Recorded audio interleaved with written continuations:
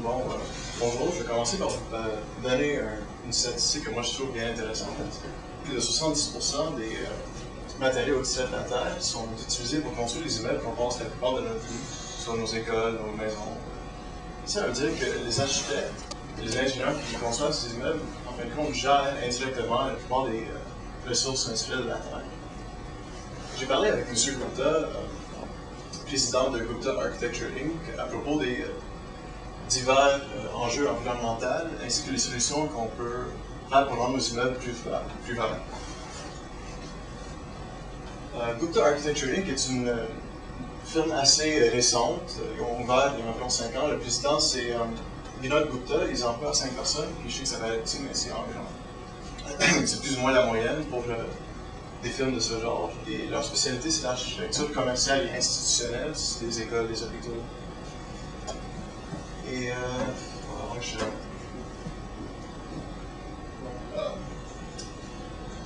le domaine de l'architecture, c'est quelque chose d'assez vaste, alors je vais essayer de me concentrer sur les domaines, les éléments que M. Gupta trouve les plus nocifs à l'environnement. Et le premier va peut-être vous surprendre, puis c'est les stationnements en asphalte.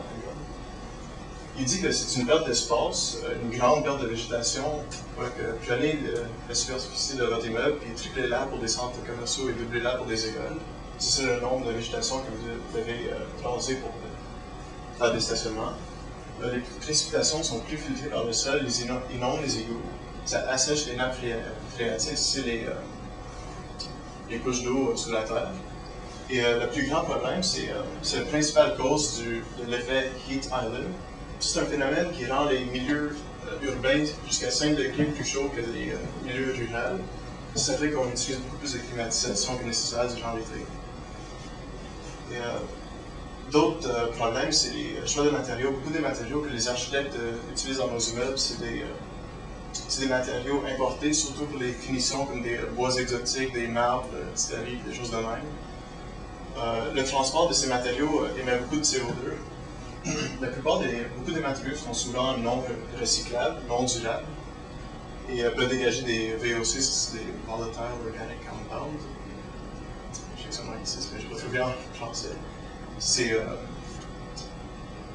pas bon pour la santé. Le dernier domaine qui est très mal fait dans beaucoup des immeubles, c'est les systèmes mécaniques qui sont très efficaces. Imaginez votre thermopompe régulier qui agrandissez-le pour les plus grands immeubles. Il pollue, c'est inconfortable. Prenez les gars comme exemple. Durant l'été, vous avez chaud, puis durant l'hiver, vous avez froid, même si on a un système d'air centralisé, plus ou moins. Et ça coûte très cher à maintenir. Oups. J'ai vu quelque chose. OK. Ça me mène à mon deuxième point, les solutions. La plus grande solution que les architectes peuvent faire pour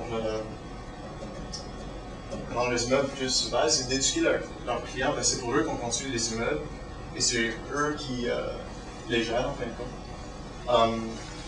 La plupart des architectes savent c'est quoi les enjeux et comment faire pour faire un immeuble plus vert.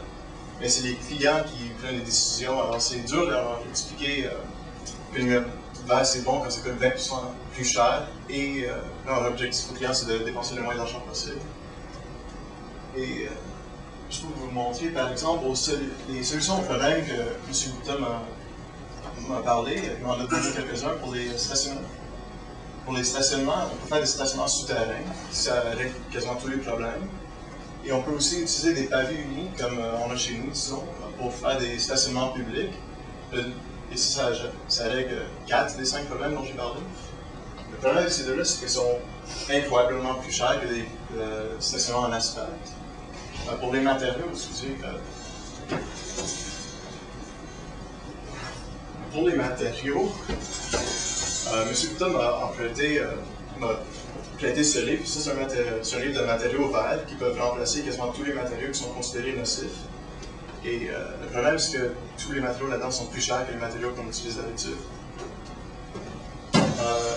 Dernièrement, pour la climatisation, on peut utiliser par exemple, il y a des nombreuses solutions, mais ça c'est juste un exemple, et un système géothermique, et c'est dommage que vous ne pouvez pas voir.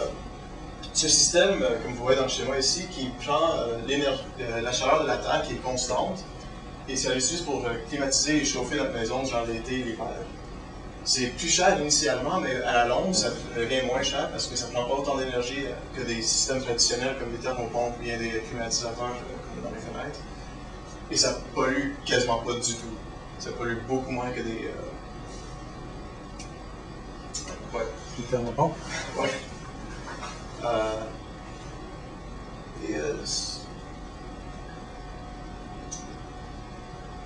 J'aimerais terminer par dire que j'ai parlé beaucoup des clients parce que c'est en fin de compte, c'est eux, c'est vous, le peuple, qui confond beaucoup de ce que les architectes et les ingénieurs font parce que ils n'ont en fin de compte aucun pouvoir quand ça vient aux décisions.